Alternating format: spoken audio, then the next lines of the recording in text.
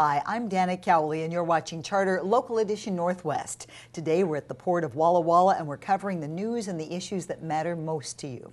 My guest is our Port Commissioner, Mike Fredrickson. Thanks for being here with us. Well, thank you for having me. And tell us a little bit, for those not familiar with the operations of ports, just what you do, how you operate. Well, we were created by a vote of the public of Walla Walla County in 1952. And ports in Washington have a broad authority to do anything from waterfront, what we think of the ports, to tourism. As a matter of fact, that was one of the first things ports were created for, was waterfront tourism in Seattle. Oh. And then also have branched into economic development. So the Port of Walla Walla, we really focus on that. So we are the lead economic development agency for Walla Walla County, and we're also the EDC. So if you think Tri-Dec in Tri-Cities, that's a big membership organization. Yes. Here, we are the organization that does that. So we don't. So you wear many hats. We wear several hats, yes, for sure. And on that role, we never should forget that the citizens of Walla Walla County own and operate the port. They elect the three elected officials, which are myself, Peter Swant, and Ron Dunning, as the commissioners. And then we pick an executive director and attorneys. So interestingly enough, this last year, our long-standing executive director, Jim Kuntz, retired. And so we went through what I'll call a super regional search, not really a national search, because we didn't think the East Coast ports really understand what Washington law does. Mm-hmm. So we were really looking within Washington, well, the Northwest. Oregon kind of does some of the similar things. Idaho has one port. And it's their gateway to the Northwest is right on Lewiston, Clarkston area, right in there. So we did the super regional and ended up picking Pat Ray, who was the city administrator in College Place. So we did this super regional search and went across town. But it's nice. He has a lot of roots here and has a lot of connections. So that's been very, very good so far. He started July 1.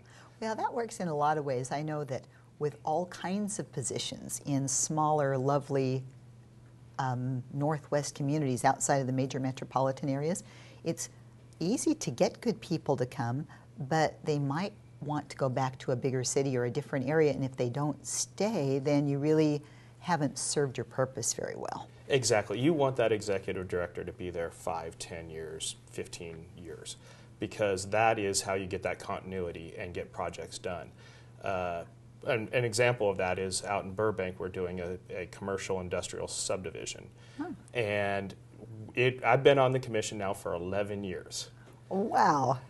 And in that time, one of the first things we started working on was this subdivision. They had already been working on it for a few years. We had to create, because Burbank isn't a city. It doesn't have the city infrastructure. So no water system, no sewer system, none of these type of infrastructure that you would normally just hook into and put a road down, right? You got to start from the ground up. So high nitrate water. So the port decided to build a nitrate removal system. Okay, so that took several years to get all done, all designed, planned, built, and funded.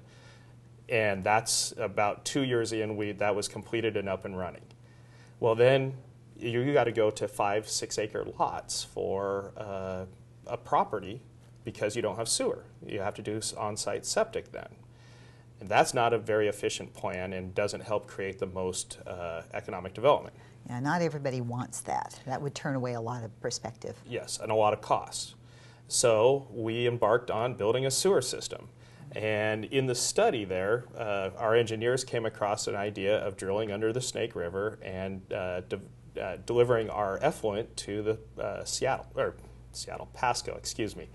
And so Pasco now treats our effluent from Burbank, and we hooked up the whole school district of Burbank. They were on 11 septic systems, and now they're down to 1 because it's a faraway building. But so all those students were going into groundwater, high nitrate level, that equals out to a lot of septic tanks. Also, that gets into the Columbia and Snake River, so it is a very environmental friendly project too. Well, and what did it take, and how much did it cost to tunnel under the Snake River? Honestly, it was still cheaper to go this whole route than to build a treatment plant. But it was $1.8 million to drill under the Snake River. And it went a year over what it was supposed to. They kept saying, oh, we'll have it done in December, we'll have it done in December. We just didn't look at the final number, I guess, because it was a year late. They got it done December, I believe, 15, and it should have been 14. But almost no cost overruns because we were keeping very good track on the costs. Well, Mike, thank you for bringing us up to date. I'm so glad you could come and join us, and I wish you the best of luck with all these projects you have. This is Mike Fredrickson, the Commissioner with the Port of Walla Walla. I'm Dana Cowley, and thanks for watching Charter Local Edition Northwest.